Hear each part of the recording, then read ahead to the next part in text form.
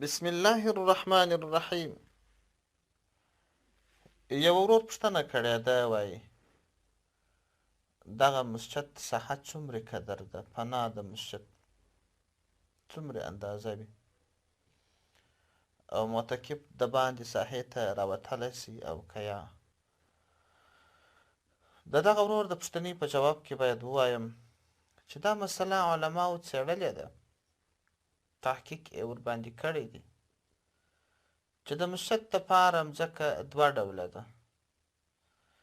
یو هغه مځکه ده چې هغه چاردیوالۍ ورباندې راوګرځېږي وقف لاداء الصلات،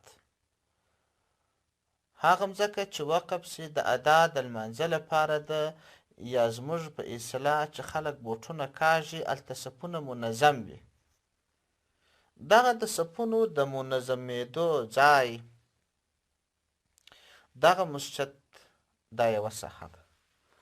بله ساحه هغه ده چې مځکه وقف وي لمنافع المسجد، چې یو څوک وقف کړي مځکه چې دا کې به لمونځونه کېږي، دلته به حجرې جوړېږي، دلته به د اوداسه ځایونه جوړېږي، دلته به بیت الخلاوې جوړېږي.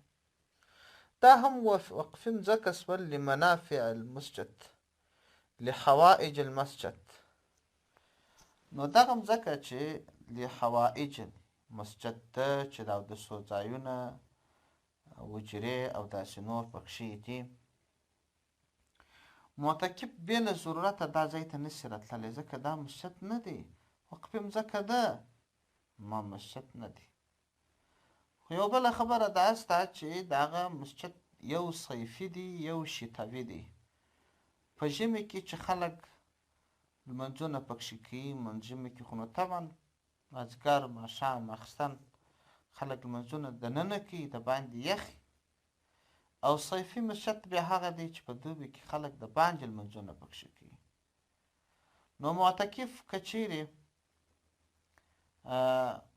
اعتکاف کاوی په دوو مسجدو کې نیت د اعتکاف نسي کولی. دا بېلابېلې جزئي دي، بېلابېلو ځایو کې ذکر سوي دي، خصوصا بحر پر دې باندې غږېدلی دی د اعتکاف په مسله کې.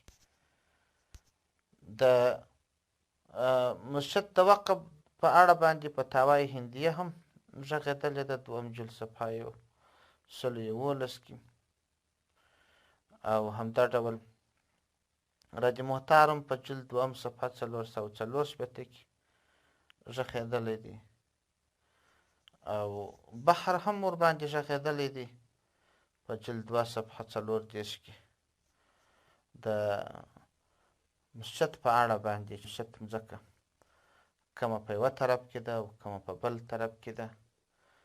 نو دغه صیفي مسجد سره متصل و،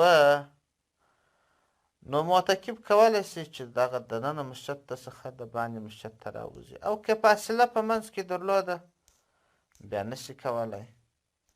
او دغه د اعتکاف مسله بیا بحر په جلد 2 صفحه 323 کې هم را نقل کړې ده. السلام علیکم ورحمة الله وبرکاته.